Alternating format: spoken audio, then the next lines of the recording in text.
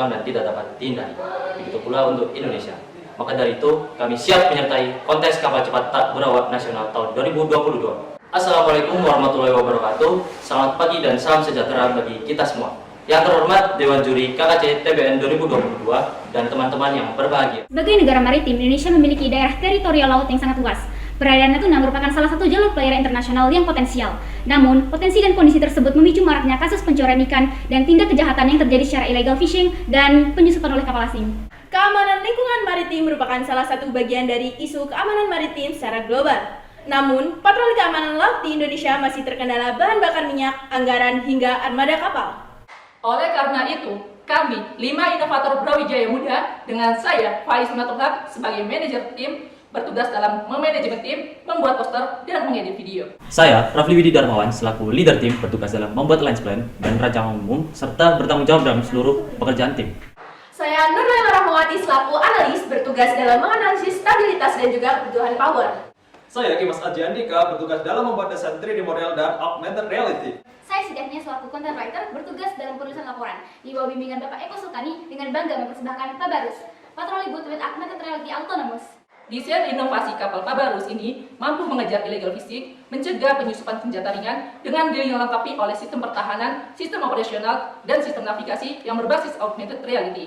Kapal Pabarus ini dioperasikan dengan kecepatan dinas 40 knot saat mengejar kapal illegal fishing dengan daya jelajah mencapai 500 mil laut dalam satu kali operasi. Kapal Pabarus ini didesain dengan menyesuaikan kondisi perairan Natuna sehingga dapat menjangkau prioritas penjagaan perbatasan di wilayah perairan tersebut. Pada desain lines plan kapal patroli katamaran Pabarus memiliki desain potongan garis melintang, vertikal, dan horizontal.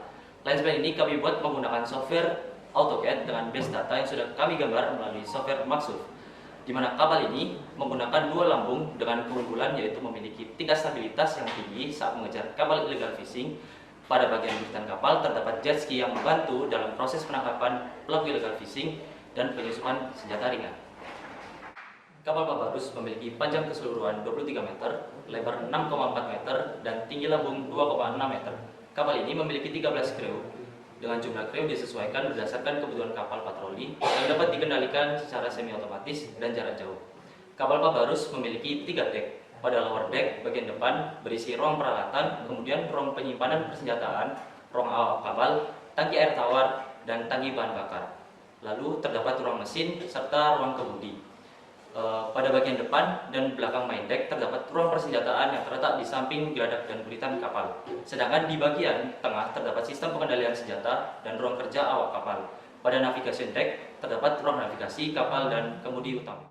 Analisa stabilitas dilakukan untuk 2 kondisi pemuatan, yang mana dibedakan menjadi muatan dalam tangki cairan 50% dan 100%. Hasil analisa stabilitas digambarkan dalam kurva stabilitas pada tiap-tiap loadcast, sehingga disimpulkan bahwa kapal kami memenuhi kriteria stabilitas sesuai dengan Marine Authority yaitu IMO.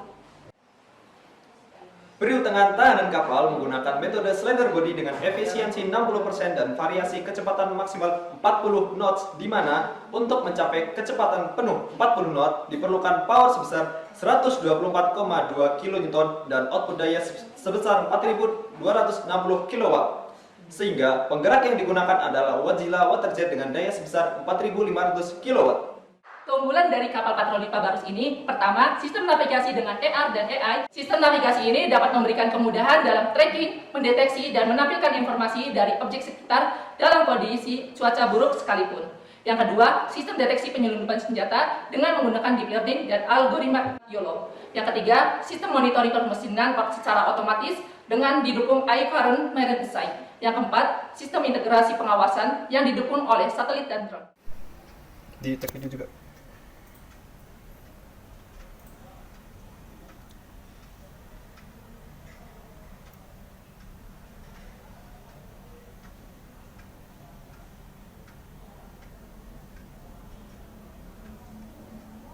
Dengan hasil yang telah dipaparkan, gagasan solutif dan implementatif ini tentunya dapat mendukung penguatan pertahanan dan keamanan maritim di Indonesia, khususnya dalam menjaga perairan Natuna dari illegal fishing dan pencegahan penyusupan senjata ringan. Sekian dari tim Pabarus. Satu hati, satu jiwa, Brawijaya juara!